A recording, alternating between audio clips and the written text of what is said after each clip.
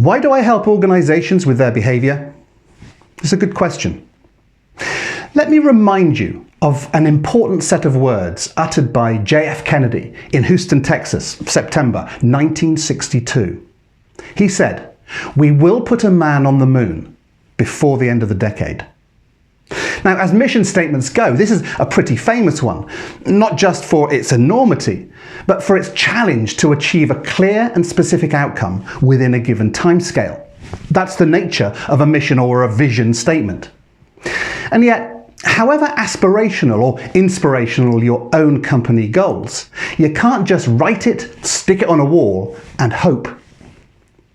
In my work with hundreds of organisations across the globe, big and small, most, but by no means all, had a mission statement or something similar. This is what we're here to do. This is what we're here to become. This is what we're here to achieve. But for most organisations, this is rarely enough. The raison d'etre of a company has to be supported by clearly defined values. A mission that reflects, for instance, financial success, and of course many do, cannot reach those commercial goals at any cost whatsoever.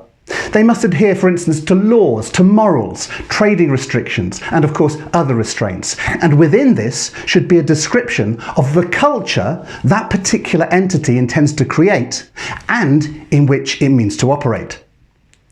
Company values, often instigated or created as part of the founder's own values, they map out that culture. By way of comparison, if the mission statement, for instance, is an artist's impression of the finished building, then the company values are the materials from which the house is built, what it looks like, what it feels like, its resilience to the changing seasons, and of course how much investment is needed in that structure. So this stuff really matters. But you know, values are regularly stated in the most diluted, bland, and yes, overtly politically correct ways.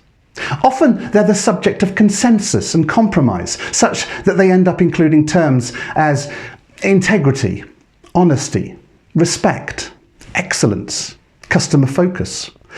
Now, of course, there's nothing wrong with these in essence, but they're hardly differentiating. In fact, most of the values I've just mentioned were the very same that adorned the walls at Enron back at the turn of the millennium. And so as events proved, they were pretty meaningless.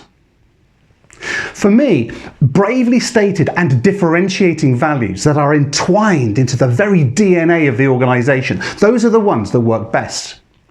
And that, of course, brings me to my final, but perhaps my most important point. Values are only upheld, adhered to, manifested when the people who share those values behave accordingly. Values, even when written in support of a mission statement, are pointless. They're useless and worthless if they're stuck in a company report, up on the boardroom wall, or even on a staff canteen mug. Again, nothing wrong with any of those placements, but until and unless the values are actually lived, then the whole thing falls down. What people say and do, the actions they take, their behaviour, is the only way values mean anything.